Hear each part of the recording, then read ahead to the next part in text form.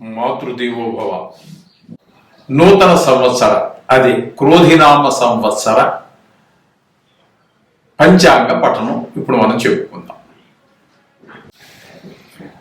ఇప్పుడు మనము క్రోధినామ సంవత్సర పంచాంగ పఠనం చేసుకుందాం. ఈ క్రోధినామ సంవత్సరం అంటే ఏమిటి? క్రోధినామ సంవత్సరం అనే దానికి ఆ పేరు ఎలా వచ్చింది, ఎందుకు వచ్చింది అనేటటువంటి ముందుగా మనం తెలుసుకుందాం. ఒకానొక సందర్భంలో నారద మహర్షి ఒక శాపవశాన స్త్రీ రూపం ధరించవలసి వచ్చింది.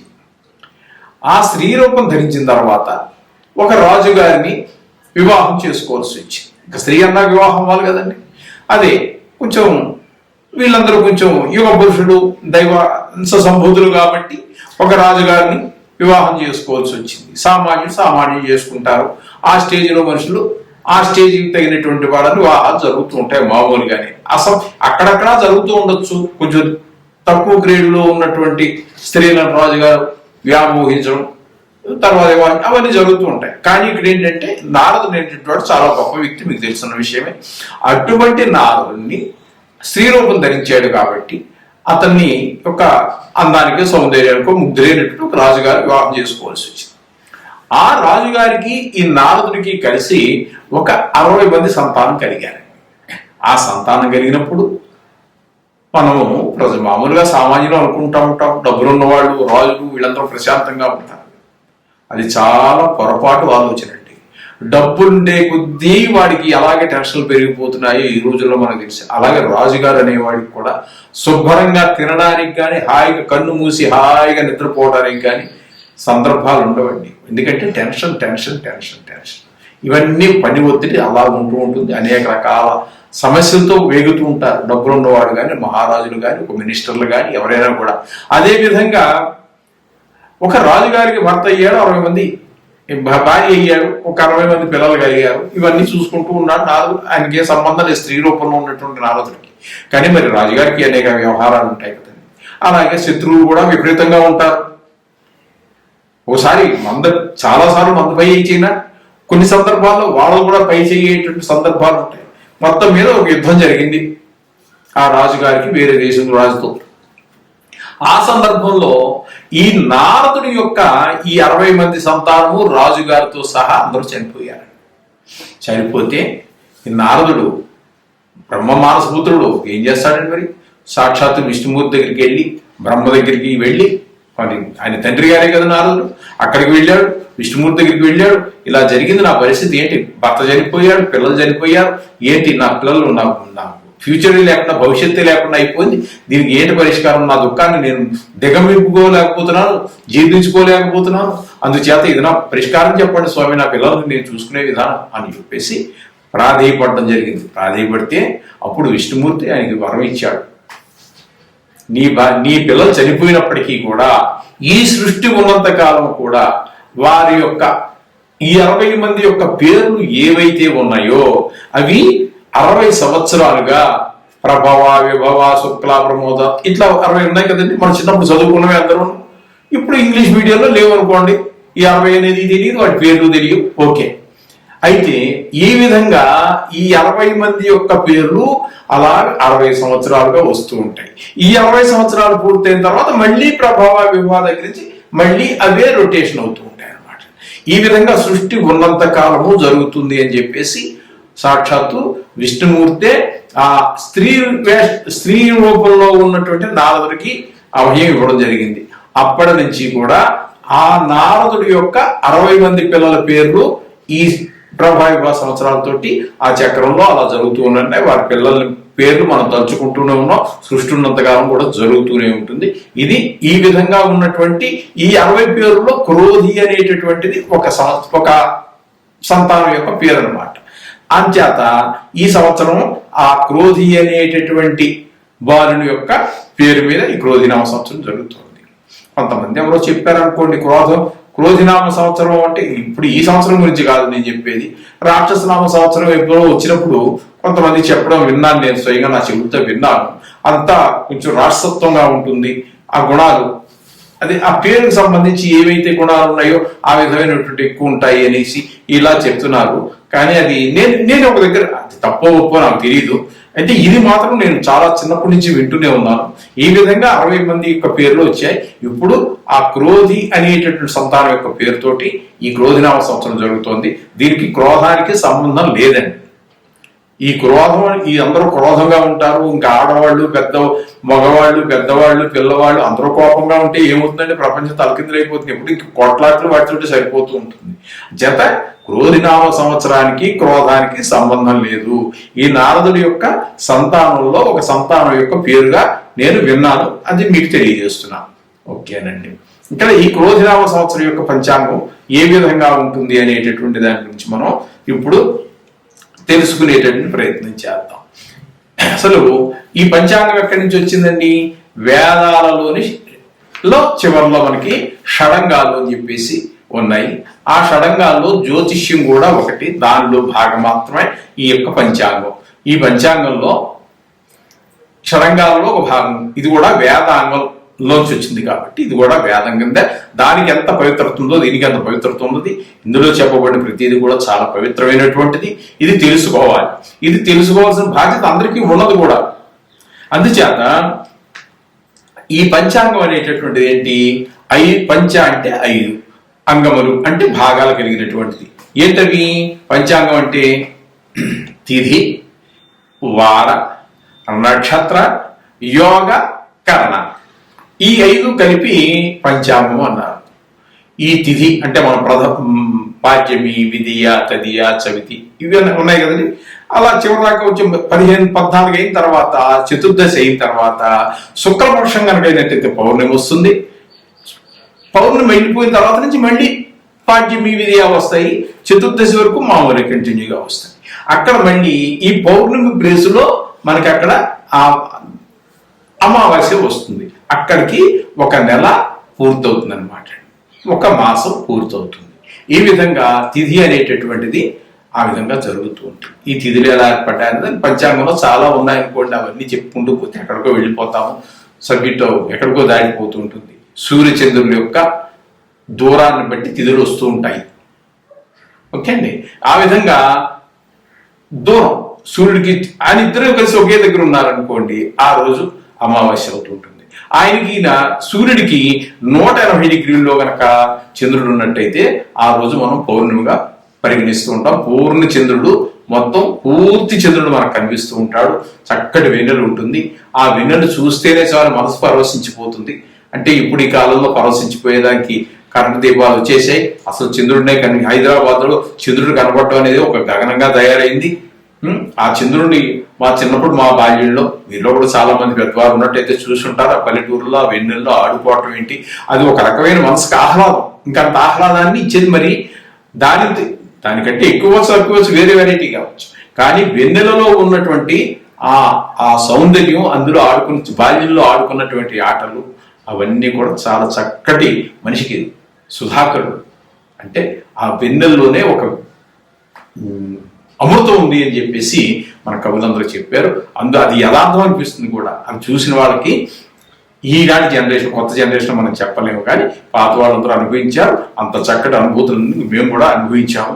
ఆ విధంగా చంద్రుడి యొక్క వెన్నెల అంత గొప్పగా ఉంటూ ఉంటుంది. ఇది తిథికి సంబంధించినటువంటి విషయం.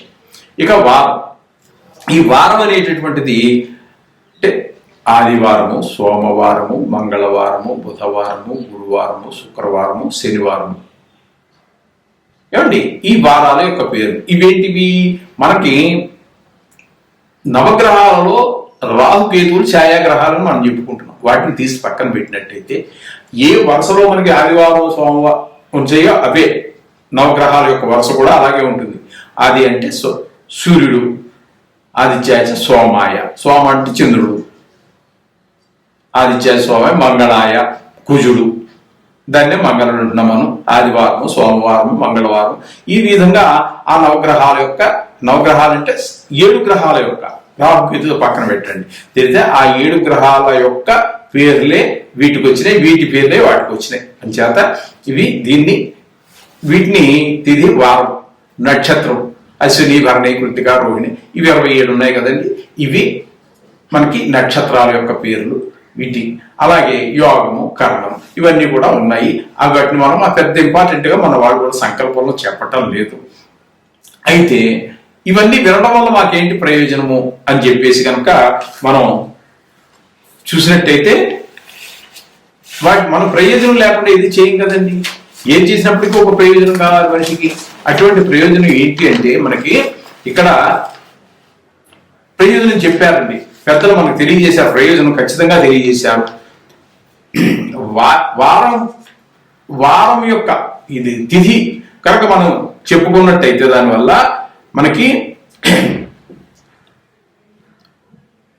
ఆయుష్ వర్ధనం, ఆయుష్ పెరుగుతుందని చెప్తున్నారు. నక్షత్రాలు వినడం వల్ల అయితే హరతే పాపం, పాపాలన్నీ నశించిపోతాయి నక్షత్రం యొక్క పేరు చెప్పుకోవటం వల్ల. యోగం వల్ల వినడం వల్ల రోగ నివారణ అని చెప్పారు, రోగాలు తగ్గుతాయి అని కూడా మనకి చెప్తున్నారు. కరణం అనేటటువంటి ఒక పదాలు ఉన్నాయి, దానివల్ల కార్యం సిద్ధిస్తూ ఉంటుంది. మనం ఏ పూజ చేసినా, మన ఇంటి దగ్గర మనం పూజ చేసుకున్నా, లేకపోతే గుళ్ళోకి వెళ్ళి పూజ చేసినా, అక్కడ అయ్యగారు మన యొక్క గోత్రనామాలని చెప్పిన తర్వాత ఈ తిథి, వార, నక్షత్ర, యోగకరణాల యొక్క వివరాలన్నీ కూడా చెప్తారు. ఆయన చెప్పి పూజ ప్రారంభిస్తూ ఉంటారు మనకి. ఎందుకని ఇవన్నీ తెలుసుకోవటం వల్ల ఈ ఫలితాలు ఉన్నాయి. అసలు సంకల్పం అంటే ఏంటి అంటే కాలం యొక్క సంకీర్తనం, కాలాన్ని తలుచుకోవాలి. ఈ కాలం అనేటటువంటిది ఏంటి? సాక్షాత్తు శ్రీకృష్ణుడే చెప్పాడు. కాలం అంటే భగవత్ స్వరూపమే కాలం. ఈ నెల కావచ్చు, సంవత్సరం కావచ్చు, యుగం కావచ్చు, ఓ పూట కావచ్చు, గంట కావచ్చు, నిమిషం కావచ్చు, ప్రతిదీ కూడా భగవంతుని యొక్క స్వరూపమే. అందువల్లనే ఇప్పుడు మనం పైకి చెప్పుకున్నాం చూడండి, దానివల్ల ఆయుర్వర్ధం అవుతుందని, దీనివల్ల రోగం పోతుందని, ఇవన్నీ కూడా మనకి భగవత్ స్వరూపం కాబట్టి ఆ భగవంతుని కాలాన్ని కీర్తించడం జరిగితే ఆ భగవంతుని కీర్తించినట్టే.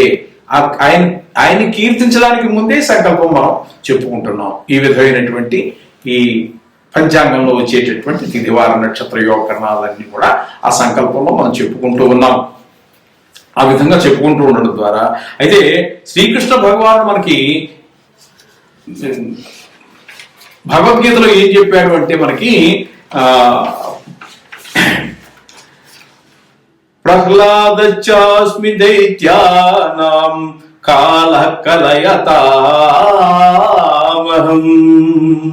మృగాణాంచ ముగేంద్రోహం వైనతేయచ పక్షిణః అని చెప్పేసి అన్నాడు. అంటే కాల కలయతాం అహం అంటే ఈ కాలాన్ని మొత్తం నడిపించేది నేనే. ఇది వారం కావచ్చు, నెల కావచ్చు, సంవత్సరం కావచ్చు, దినం కావచ్చు, పూట కావచ్చు, నిమిషం కావచ్చు, క్షణం కూడా కావచ్చు, రెప్పపాటు కాలం కూడా కావచ్చు. అన్ని కూడా భగవంతుడి యొక్క అదుపార్జనలోనే జరుగుతూ ఉంటాయి. ఆ స్వరూపాన్ని నేనే కాలం అనేటువంటి వివరాలతో అని చెప్పేసి అక్కడ కాలాయ అనేటువంటి కాల అనేటువంటి దాన్ని బట్టి మనం కాలం అంటే నేనే అని చెప్పేసి ఆయన కలయితాం అహం అని చెప్పేసి కాలాన్ని మొత్తం నడిపించేది నేనే కాలము అని చెప్పేసి సాక్షాత్తు శ్రీకృష్ణ భగవానుడే మనకి భగవద్గీతలో చెప్పాడు. కాబట్టి అంచేత ఈ సంకీర్తనం, కాల సంకీర్తనం చేసుకోవడం అదే సంకల్పం. ఆ సంకల్పాన్ని చేసుకోవడం వల్ల మనకి భగవంతుని ప్రార్థించినటువంటి ఫలితం ఈ 4 పైన చెప్పుకున్నటువంటి ఆయుష్ వర్ధనం, హృదయ పాపు ఇవన్నీ పక్కన పెట్టాల్సిన దాంతో పాటుగా భగవంతుని పూజ చేసినటువంటి పూర్తి ఫలితం కూడా మనకి వస్తుంది. ఏం చేయాలంటే సాక్షాత్తు శ్రీకృష్ణుని నోట్లోంచే మనం విన్నాం. ఈ విధంగా ఇంకా కలికాల యుగం గురించి మనం మాట్లాడుకోవాల్సి వస్తే దీన్ని ఈ కలికాలం అనేటటువంటిది మనకి ఒక కలికాలం అని చెప్పుకుంటున్నాం కదండి. కృతయుగం, త్రేతాయుగం, కృతయుగం, త్రేతాయుగం, ద్వాపరయుగం, కలియుగం. ఈ కలియుగం అనేటటువంటిది ప్రారంభం ఎన్నాళ్ళైందంటే 5124 సంవత్సరాలు పూర్తయిందండి ఈనాటికి. ఇది వరకు గణన అలాగే చేసేవారు. కాలగణన మన వాళ్ళు ఆ విధంగా చేసేవారు. ఆ తర్వాత మనకి ఎలా వచ్చిందంటే కొన్ని శంకరాచార్యులు వారు మన యొక్క హైందవం నానా రకాలు భ్రష్టు పట్టిపోయినటువంటి కాలంలో సాక్షాత్తు శంకరుడే శంకరాచార్యుల వారుగా జన్మించి మళ్ళీ దీన్ని పునరుద్ధరింపజేశారు శంకరాచార్యుల వారు.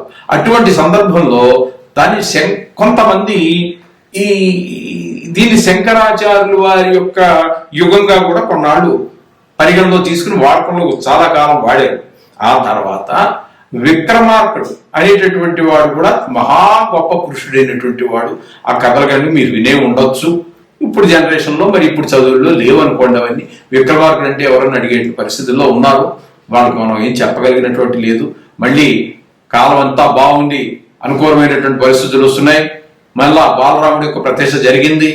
మరలా మన హిందుత్వానికి పునర్వైభవం రాకపోతుందని నా ప్రగాఢ విశ్వాసం, రావాలని కోరిక కూడా. అటువంటి సందర్భంలో మళ్ళీ మనం ఈ క్రీస్తు శకము ఇవన్నీ మనకు సంబంధించినటువంటివి తర్వాత వచ్చినటువంటివి అవి చెప్పుకుంటున్నారు అందరూ. అవి మనకు అవసరం కూడా లేదు, వాటి గురించి మనం మాట్లాడక్కర్లేదు. ఆ విక్రమార్కుడు అనేటటువంటి ఆయన పుట్టి కూడా 2081 సంవత్సరాల కాలం గడిచిందండి. ఇవే సంకల్పంలో ఆనాడు చెప్పుకునేటటువంటిది. శాలివాహన శకం కూడా కొంతకాలం చెప్పుకున్నామండి. ఆయన పుట్టి జరిగి 1946 సంవత్సరాలు కాలం గడిచింది. ఇవి సంకల్పంలో మొట్టమొదటి చెప్పుకునేటట్టు ఆనాడు. ఇప్పుడు గ్రీస్ శకం వచ్చి దాని గురించి మనం మాట్లాడక్కర్లేదు.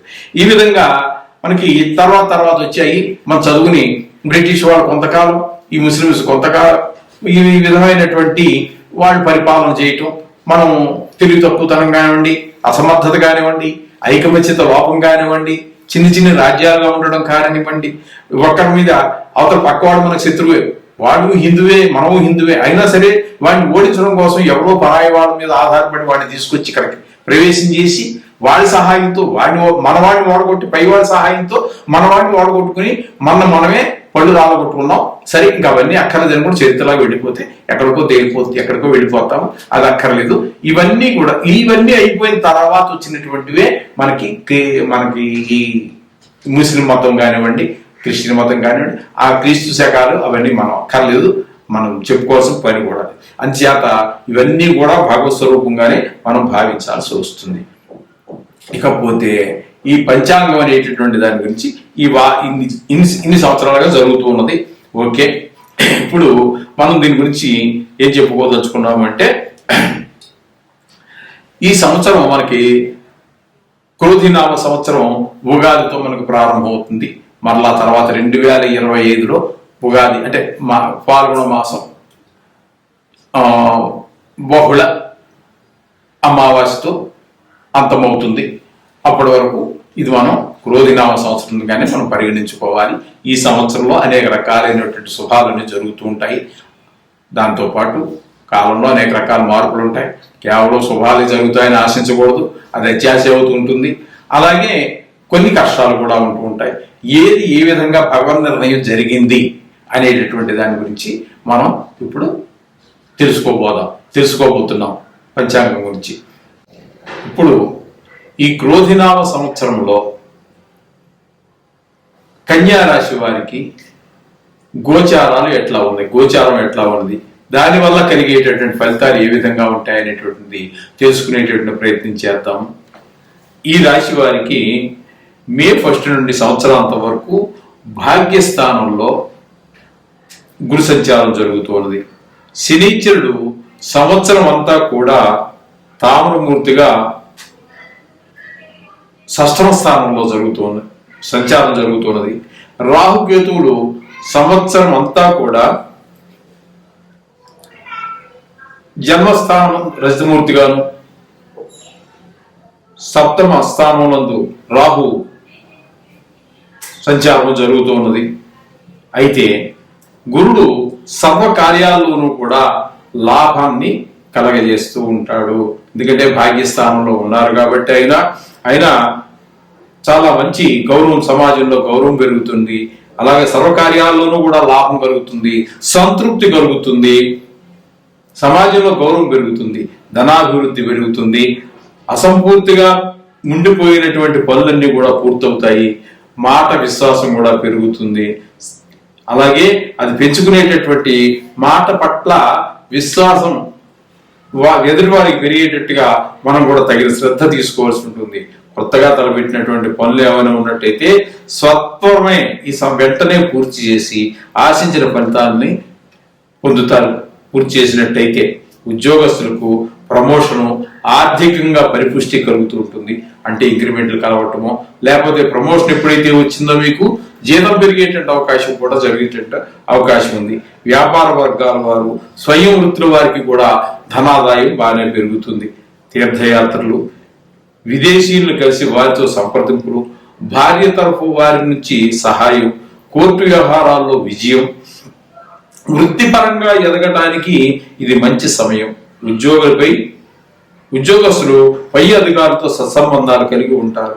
ఇంక్రిమెంటు లేదా ప్రమోషన్ కూడా పొందవచ్చు. పెద్దల ఆశీస్సులు లభిస్తాయి. వివాహానికి కూడా ఇదే మంచి కాలం. ఒకవేళ వివాహం కాని వారు ఎవరైనా ఉన్నట్టయితే ఆ ప్రయత్నాల్లో మొదలుపెట్టండి. మొదలుపెట్టిన ప్రయత్నాలు కూడా విజయవంతం అయ్యేటువంటి అవకాశాలు చాలా ఎక్కువగా ఉన్నాయి. అలాగే విదేశీ ప్రయాణాలు ఎవరైనా చేయదలుచుకున్నట్టయితే వారికి కూడా చాలా చక్కటి అవకాశాలు, విదేశీ ప్రయాణానికి వెళ్ళేటువంటి అవకాశం చాలా చక్కగా కలిసి వస్తూ ఉంటుంది. పరిశోధనా రంగం వారికి, రచయితలకు విస్తరణ చెందే కాలం.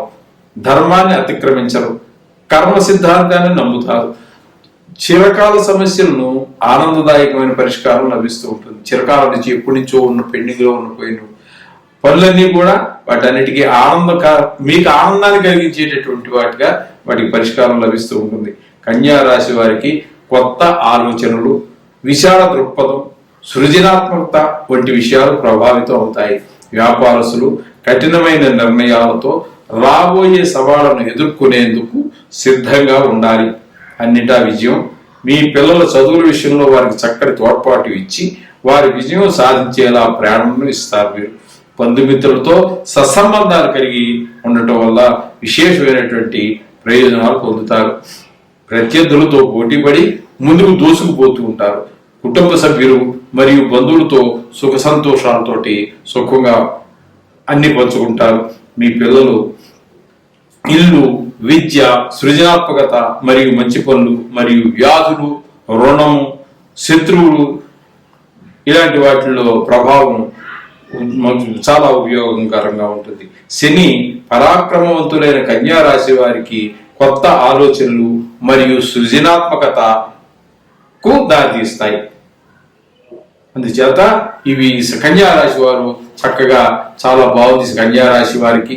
అందుచేత మీరు కొత్తగా మొదలుపెట్టిపోయేటువంటి పనులు వెంటనే మొదలు పెట్టండి. వాటిలో కూడా మీకు అన్ని భగవంతుడి యొక్క ఆశీర్వచనము అన్ని మీకు లభిస్తాయి. బంధువులందరూ ఎందుకంటే షష్టమంలో శని చాలా అనుకూలంగా ఉన్నారు.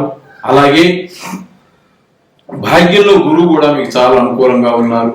అందుచేత వీరికి చాలా శుభప్రదమైనటువంటి కాలం. రెండు గ్రహాలు కూడా చాలా చక్కటి ఫలితాలు ఇవ్వడం ద్వారా అన్ని మాట వాల్యూ విలువ పెరుగుతుంది, సంఘంలో గౌరవం పెరుగుతుంది, ఆర్థిక పరిపుష్టి కలుగుతుంది, అన్ని రకాలుగాను ఆరోగ్యం బాగుంటుంది. అనేక వ్యాధులు ఏమైనా ఉన్నట్టయితే తగ్గిపోయేటువంటి అవకాశం కూడా ఉంటుంది.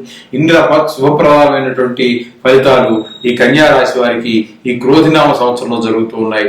తద్వారా అన్ని శుభాలు జరుగుగాక. శుభం భూయాత్తు. ఇప్పుడు ప్రతి సంవత్సరం కూడా ఈ పంచాంగ పఠనంలో భాగంగా పంటలు ఎలా పండుతాయి అంటే వ్యవసాయదారులకు ఎలా ఉంటుంది, పంటలు పండితేనే అంటే వ్యవసాయదారులకనే కాదండి, పంటలు పండకపోతే మనం ఏమి తినాలి, డబ్బులు తినలేం కదా. అందుచేత పంటలు బాగుంటేనే మొత్తం సమస్త ప్రాణికోటి బాగుంటుంది. అందుచేత పంటలు ఏ విధంగా పండుతూ ఉంటాయి, అందులో ఏ పంటలు ఎక్కువగా పండుతూ ఉంటాయి, ఏ పంటలు కొంచెం సరైన ధర రాదు, తక్కువగా పండుతాయి, ఇలాంటి విషయాలు. అలాగే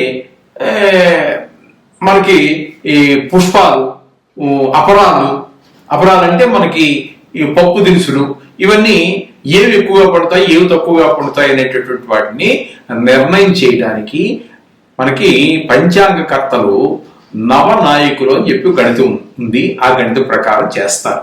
అదంతా మనం సబ్జెక్ట్లోకి వెళ్తే అది ఇప్పుడు తేలే విషయం కాదు. పంచాంగ పఠనంలో అది మనం చెప్పుకోవచ్చు జాలం. ఎందుచేతంటే ఈ సంవత్సరం మనకి ఎంతమంది శుభులు మంచి వాటికి మంచి ఈ నవనాయకుల్లో మంచి పని చేయడానికి ఎంతమంది శుభ గ్రహాలు ఉన్నాయి, ఎన్ని అశుభ గ్రహాలు ఉన్నాయి అనేటటువంటి దాన్ని బట్టి అవన్నీ గణితం చెప్తూ ఉంటుంది. అది ఆ ఫలితం మాత్రం మనం తెలుసుకుందాం. ఆ గణన అంతా ఇప్పుడు చేయలేము, కానీ ఆ ఫలితం గురించి మనం తెలుసుకునే ప్రయత్నం చేద్దాం. ఈ క్రోధినామ సంవత్సరం మంగళవారంతో ప్రారంభమవుతుంది కాబట్టి ఆ వారానికి అధిపతి అయినటువంటి మంగళుడు అంటే కుజుడు రాజుగా నిర్ణయం చేస్తారు. ఆ విధంగా ఈ క్రోధినామ సంవత్సరానికి ఇక్కడ రాజుగా కుజుడిని నిర్ణయం చేశారు. ఇంకా మళ్ళీ ఇంకా ఇతరత్ర కూడా ఆ గణన ప్రకారంగా కుజుడు ఇంకా వాటికి కూడా రావచ్చు, ఇంకా రాకను పోవచ్చు. అయితే ఈ గణన ఏంటి అనేటటువంటి విషయాన్ని గురించి మనం పరిశీలించినట్టయితే ఈ సంవత్సరానికి రాజుగా, అలాగే సస్యాధిపతిగా, నీరసాధిపతిగా 3 వ్యవస్థలకి కుజుడు అధిపతిగా నిర్ణయించబడ్డాడు. దానివల్ల మనకి ఇక మంత్రి, సేనాపతి, అర్ఘ్యాధిపతి, మేఘాధిపతి వీటన్నిటికీ ఒక 4 భాగాలకి ఈ రాజ్యాంగం అనుకుందాం కాసేపు. ఇందులో 4 భాగాలకి మనకి ఇక్కడ శనికి ఆధిపత్యం వచ్చింది. అంటే అక్కడ 3 వ్యవస్థలకి కుజుడు, 4 వ్యవస్థలకి ఇక్కడ శని నిర్ణయించబడ్డారు. ఇకపోతే పూర్వ సస్యాధిపతిగా చంద్రుడు, రసాధిపతిగా గురువు. ఈ విధంగా వీళ్ళందరూ ఏర్పాటు చేయడం జరిగింది. ఏర్పాటు చేయడం వల్ల వాళ్ళ వచ్చేటువంటి ప్రయోజనం ఏంటి అంటే ఇక్కడ 2 గ్రహాలు మాత్రం శుభగ్రహాలు ఉన్నాయి, చంద్రుడు, గురువును. అందుచేత ఈ సంవత్సరం వీళ్ళిద్దరూ, మిగతా అందరూ కూడా ఈ 9 మందిలో 7 పాపగ్రహాలే వస్తున్నాయి. అందుచేత ఈ సంవత్సరంలో మనకి కొన్ని ఎంతో కొన్ని పాపగ్రహాలు ఉంటాయి ప్రతి సంవత్సరము. అలాగే ఎన్నో కొన్ని గ్రహాలు పుణ్యగ్రహాలు ఉంటూ ఉంటాయి. దాని ద్వారా మనకి ఏంటంటే ఇక్కడ 2 గ్రహాలు శుభగ్రహాలు ఉన్నాయి, 7 గ్రహాలు పాపగ్రహాలు ఉన్నాయి. కాబట్టి వాటి యొక్క ప్రభావం వల్ల ఏంటి మనకి అనేటువంటి ఆలోచించినట్టయితే మనుషులకి పాడి పంటల మీద శ్రద్ధ తగ్గుతుంది. ఇది చాలా ఇంపార్టెంట్ అయినటువంటి విషయం. అలాగే అపరాలు ఇవన్నీ కూడా కొంచెం తగ్గేటటువంటి పరిస్థితి ఉంది. ఇక వర్షపాతం గురించి తీసుకున్నట్టయితే చాలా భాగం సముద్రంలోను, దాని తర్వాత భాగం పర్వత ప్రాంతాల్లోనూ ఈ విధంగా కురుస్తూ పోతుంది. మనకి అవసరమైనది వర్షపాతం శాతం 2% మాత్రమే. దాన్ని కొలతలు వేరే ఉన్నాయంటే మన శాతం అని చెప్పుకుందాము. ఆ తూముల లెక్క ఏదో ఉంటుంది.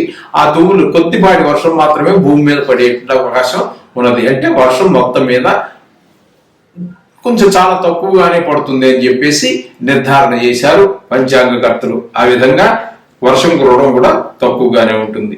ఎర్రటి ప్రాంతాలు అంటే భూమిలో రంగులు ఉంటాయండి.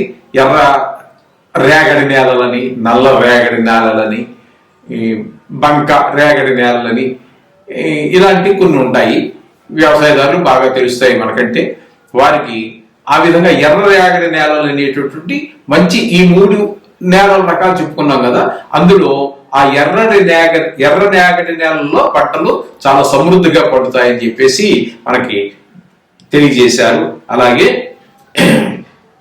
అంటే అక్కడ మనకి ఈ ఎక్కువగా ఆ నేలల్లో పండేటువంటి వాటిలో ఫలాలు, పుష్పాలు ఇవి కొంచెం ఎక్కువగా పండేటువంటి అవకాశం ఉంది అని చెప్పేసి మనకి పంచాంగకర్తలు తెలియజేశారు. ఇక ఈ విధంగా చూసుకున్నట్టయితే నవనాయకుల గురించి ఆ విధమైనటువంటి ఫలితాలు మనకు తెలియజేశారు. ఇకపోతే కర్తరి అని చెప్పేసి మీకు అందరికీ తెలుసు, పల్లెటూరులో ఉన్న మన సిటీలో ఉన్న వాళ్ళకి కూడా చాలా మందికి తెలుసు. ఇల్లు కట్టుకున్నటువంటి వాళ్ళకి డొల్లు కత్తిరి అని, పెద్ద కత్తిరలని ఇవన్నీ వస్తూ ఉంటాయి. ఈ కత్తిరి అనేటటువంటి దాన్ని కూడా మనం పరిగణలోకి తీసుకోవాల్సి ఉంటుంది పంచాంగ ప్రకారంగా. ఎందుకంటే వాస్తు కత్తిరి అని అటువంటి సందర్భాలలో ఇవన్నీ కూడా మనకి మంచి వేసవి సమయంలో వచ్చేటటువంటి కత్తిరలే 3 కూడా. దీని ద్వారా ఏమవుతుంది అంటే ఆ సందర్భాలలో డొల్లు కత్తిరి కానివ్వండి, పెద్ద కత్తిరి కానివ్వండి, వాస్తు కత్తిరి కానివ్వండి, వీటికి ఏంటంటే ఆ సందర్భంలో నీరు భూమి మీద చాలా తక్కువగా ఉంటుంది. ఎండలు ఎక్కువగా ఉండి ఆవిరైపోవడం కానీ ఈ కారణాల చేత వర్షం పడటం తక్కువ కావచ్చు, ఎక్కువ కావచ్చు. ఏదైనా ఈ కర్తరి నెలలో, ఈ కర్తరిలు ఉండేటటువంటి సమయాలలో డులు కత్తి కావచ్చు, పెద్ద కత్తి కావచ్చు, వాసు కత్తి కావచ్చు. అటువంటి సందర్భాలలో గృహ నిర్మాణాలు అంటే రాతి కట్టడాలు ఇట్లాంటివి వాటిని విడిచిపెట్టమని చెప్పారు. ఎందుకంటే నీటి ఎద్దడి ఉంటుంది బాగా. అందుచేత ఈ నిర్మాణానికి కావలసినటువంటి నీరు చాలా సందర్భాలలో దొరకకపోవచ్చు. అందుచేత వీళ్ళు ఏంటంటే ఆయా సందర్భాలలో ఆ గృహ నిర్మాణాలు ఇత్యాది కార్యక్రమాలు కొన్ని తగ్గించుకోమని చెప్పి, చెయ్యొద్దన్న, తగ్గించుకోవడం కాదని, చెయ్యొద్దు అని చెప్పేసి శాస్త్ర ప్రమాణంగా వాళ్ళు తెలియజేశారు పెద్దలు. అది ఆచరించడమే మనకి పెద్దలు ఏదైతే చెప్పారో వాటిని ఆచరించడమే మనకి శ్రేయస్కరం. ఈ విధంగా ఉంటుంది. అంటే కర్తవ్య విషయాలు వచ్చేటప్పటికి ఆ విధంగా మనం చూసుకోవచ్చు. ఇక వివాహాది విషయాలు, ఉపనయనాలు, గుడి ప్రతిష్టలు ఇట్లాంటి శుభకార్యాలన్నిటికీ కూడా మనం ముఖ్యంగా కొన్ని చూసుకోవాల్సినవి. ముహూర్తం ఎలాగో చూసుకుంటాము, అయితే మౌఢ్యమి అదే మూఢము అంటూ ఉంటాం మనం. శుక్రమూఢము, గురుమూఢము అని చెప్పేసి మూఢాలు ఉంటాయండి. అంటే ఆ మూఢాలలో శుభకార్యాలు చెయ్యరు. ఎందుకనంటే అత్యంత శుభగ్రహాలు అయినటువంటివి ఏంటంటే గురుడు, శుక్రుడు బాగా శుభగ్రహాలు. మనం ఏ శుభకార్యం తలపెట్టినప్పటికీ వారి యొక్క అనుగ్రహం తప్పకుండా కావలసిందే. వివాహానికి కానీ, ఉపనయనానికి కానీ, గుడి ప్రతిష్ట కానివ్వండి, పెద్ద పెద్ద దేనికి తీసుకున్నప్పటికీ కూడా పెద్ద పెద్ద కార్యక్రమాలకి, శుభ కార్యక్రమాలకి కంపల్సరీగా వారి యొక్క అనుగ్రహం కావాలి మనకి. అయితే ఈ మూఢము అంటే ఏంటంటే రవితో గనక అంటే సూర్యునితో గనక గురువు కలిస్తే దాన్ని గురుమూఢము అంటారు. అంటే నవగ్రహాలలో రాజు రవి, రవితో మరి ఏ గ్రహం కలిసినప్పటికీ చిన్నపోవలసిందే కదండి. మరి పెద్ద గ్రహంతో చిన్న గ్రహం కలిసినప్పుడు ఏమవుతుందండి? దాని యొక్క ప్రభావం తగ్గుతుంది, రాజుగారి ప్రభావం ఎక్కువ ఉంటుంది. అందుచేత రవి ప్రభావం ఎక్కువ ఉండడం చేత ఈయన ప్రభావం తక్కువైపోతుంది. గురువు అయితే గురువు, శుక్రుడు అయితే శుక్రుడు.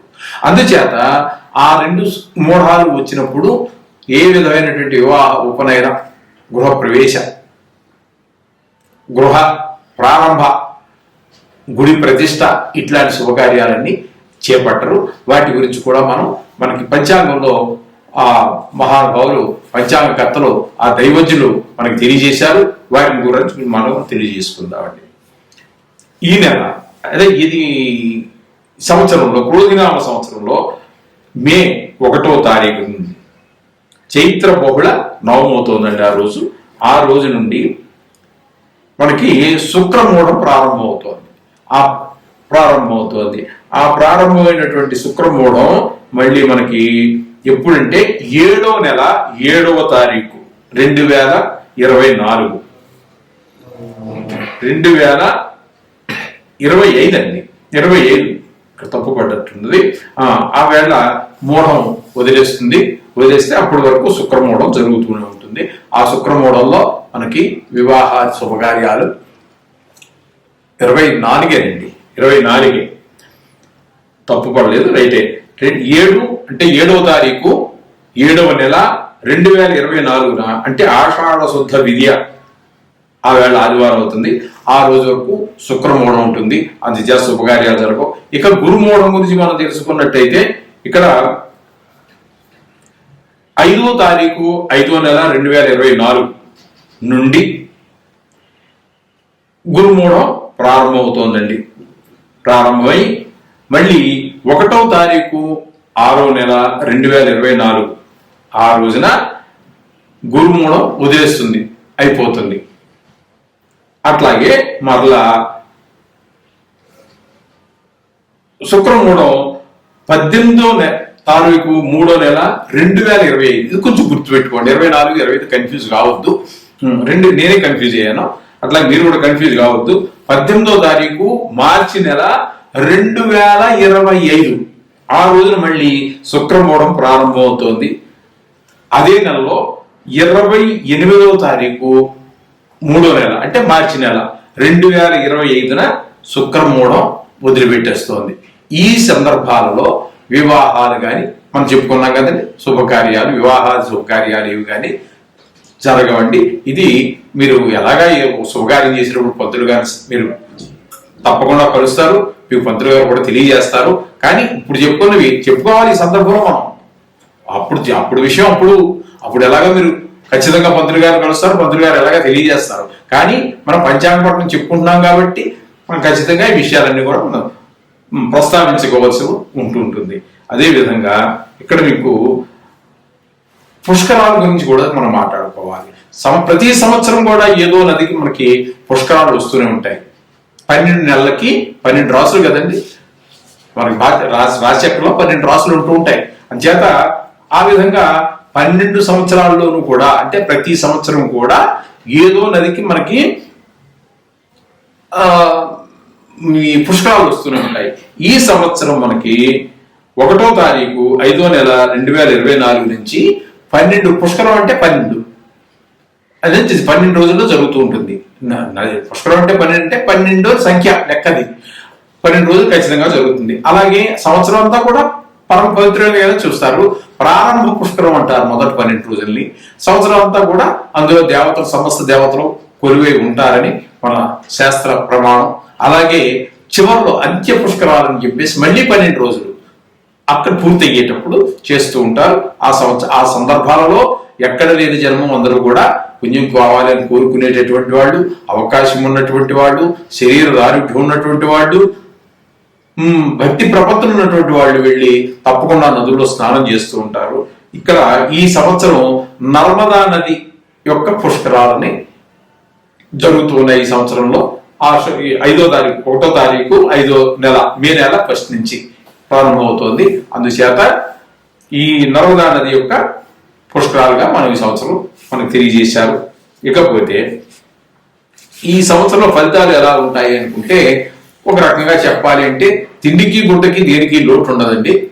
అన్ని పంటలు ఎంత వర్షపాతం తక్కువగా ఉన్నప్పటికీ, ఎంత పాపగ్రహాలు ఎక్కువగా ఉన్నప్పటికీ కూడా తగినంత పంట అందరికీ తగినంత తినడానికి సరిపడినంత పంట ఖచ్చితంగా దొరుకుతుంది. అలాగే ఇంకా గ్రహణాల గురించి కూడా మనం పంచాంగంలో చెప్పుకోవాల్సి ఉంటుందండి. సూర్యగ్రహణం, చంద్రగ్రహణం అనేటటువంటి కూడా చాలా ముఖ్యమైనటువంటి విషయాలు అవి కూడా. ఎందుకంటే ఈ సందర్భాలలో మన ఏదైనా ఒక దేవత యొక్క అనుష్ఠానం తీసుకోవాలి గురువు గారి దగ్గర అనుకునేటటువంటి వారికి చాలా శుభమైనటువంటి ఫలితాలు ఇస్తూ ఉంటుంది. ఏదైనా ఒక మంత్ర జపం మనం ఒక గురువు గారి దగ్గర తీసుకున్నాం, అది సిద్ధి పొందడానికి 10 లక్షలు జపం చేయాలి అంటారు. 10 లక్షలు చేయాలి అంటే చాలా కష్టమైనటువంటి విషయం. కానీ ఇటువంటి సందర్భాలు అంటే సూర్యగ్రహణం కావచ్చు, చంద్రగ్రహణం కావచ్చు. ఈ గ్రహణ సమయాల్లో గనక అది గంటే ఉండనండి, 4 గంటలు ఉండండి, అంతకంటే పెద్దగా ఎక్కువ ఉండదు. 5-6 గంటల కన్నా కూడా ఎక్కువ ఉండదు. చాలా సుదీర్ఘంగా ఉన్నటువంటి చూసినప్పటికీ కూడా 4-5 గంటల కంటే ఉండవు.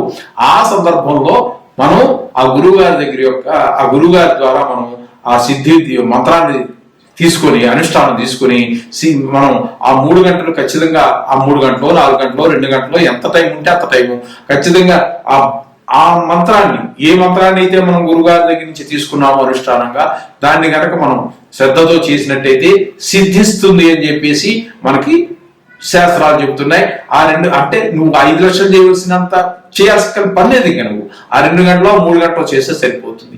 ఇటువంటి వారు చాలా వారి జీవితంలో ఒక అత్యంత శుభప్రదమైనటువంటి సందర్భంగా వాళ్ళు స్వీకరిస్తూ ఉంటారు. దానికి కొన్ని నక్షత్రాల వాళ్ళకి ఈ మోడాలు వచ్చినప్పుడు కొన్ని నక్షత్రాల వాళ్ళకి శుభాలు జరగవచ్చు, కొన్ని నక్షత్రాల వాళ్ళకి అశుభాలు జరగవచ్చు. అలాగే గర్భిణీ స్త్రీలకి ఈ కొంచెము ఇబ్బంది కలిగించేటువంటి పరిస్థితులు ఉంటాయి. వాటి చూడవద్దు, గ్రహణం చూడవద్దు అని చెప్తూ ఉంటారు. మనకి చంద్రగ్రహణం అనేది సామాన్యంగా రాత్రి వేళ వస్తూ ఉంటుంది, సూర్యగ్రహణం అనేది పగల వస్తూ ఉంటుంది. సూర్యగ్రహణం ఇంచుమించుగా మనకి అమావాస్య రోజే వస్తూ ఉంటుంది, చంద్రగ్రహణం పౌర్ణమి రోజునే వస్తూ ఉంటుంది. ఆ తగిన మనకి ఎలాగ ఇప్పుడు మల్టీ మీడియాలు కూడా బాగా ఎక్కువైనాయి, టీవీలో చెప్తారు, పంతులు గారు చెప్తారు. అందుచేత వాటిని తగిన శ్రద్ధలు తీసుకోండి. వాళ్ళు ఏ రాసుల వాళ్ళు ఏ నక్షత్రం వాళ్ళు జాగ్రత్త తీసుకోవాలో చెప్తున్నారు, అవన్నీ వారు పాటించండి. కొంతమంది ఈ మధ్యకాలంలో మా చిన్నప్పటికి ఇప్పటికీ కొంచెం తేడా కనబడుతోందండి. ఏదో ఈ రాశి వాడు ఈ నక్షత్రం వాడు చూడొద్దన్నట్టుగా చెప్పేవారు. ఈ మధ్యకాలంలో మరి ఇంచుమించుగా అన్ని నక్షత్రాల వాళ్ళకి మధ్యం ఫలితం మధ్యత్వ శుభఫలితం మధ్య ఫలితం నీచ ఫలితం అన్నట్టుగా ఏవో చాలా వస్తున్నాయి. మరి అది ఎంతో యథార్థం అనేది నేను చెప్పలేనటువంటి విషయం. అది వాళ్ళు ఏదో ఒక ఆధారం పట్టుకుని చెప్పు ఉండొచ్చు. ఆధారం లేకుండా చెప్తే మాత్రం దాన్ని మీరు అది ఎవరో మరి తేల్చాలి, దీనికి ఆధారం లేదు అనేటటువంటి పెద్ద పెద్దలు ఉన్నారు. కాబట్టి అది అటువంటి ఆధారాలను వాటి మనం విడిచిపెట్టచ్చు. ఎవరైనా చెప్పగలిగితే, కొంతమంది మహానుభావులు ఉన్నారు కదా, తప్పు అని చెప్తున్నారు, టీవీలో చెప్తున్నారు, అది శాస్త్ర ప్రమాణం కాదని. అటువంటి వాటికి ఏదైనా శాస్త్ర ప్రమాణం లేని మాటలు ఎవరన్నా చెబితే దాన్ని ఖండించేవాడు కూడా చాలా మంది ఉన్నారు. అటువంటి వాటి జరిగి మనం వెళ్ళక్కర్లేదు, దానివల్ల ఫలితం శూన్యంగా ఉంటుంది. ఊరికే భయప్రాంతం చేసేటువంటివన్నీ. ఎందుకంటే ప్రజలు భయప్రాంతం చేయకూడదు, అనవసరం. ఉన్నట్టు శాస్త్రం ఎంతవరకు చెప్పిందో అంతవరకు చెప్తే చాలు, మనం పాటించి అక్కడ గొప్ప ఉన్నట్టే. లేదేమో మళ్ళీ కొత్తగా మనం శాస్త్రాలు రాయాల్సిన పని ఏమీ లేదు. అది అంచేత అది కొంచెం పాటించుకోవాల్సినటువంటి మనం ఈ విధంగా మనం ఈ యొక్క క్రోధినామ సంవత్సరం యొక్క ఫలితాన్ని ఈ విధంగా మనం విశ్లేషించుకున్నాం. శుభం భూయాత్, అందరికీ శుభం జరగాలని, ఈ క్రోధినామ సంవత్సరంలో అందరికీ సర్వసుఖాలు సర్వ సౌభాగ్యాలు ఏర్పడాలని ఆ దేవుని మనస్ఫూర్తిగా ప్రార్థిస్తూ ఉన్నాను. శుభం భూయాత్.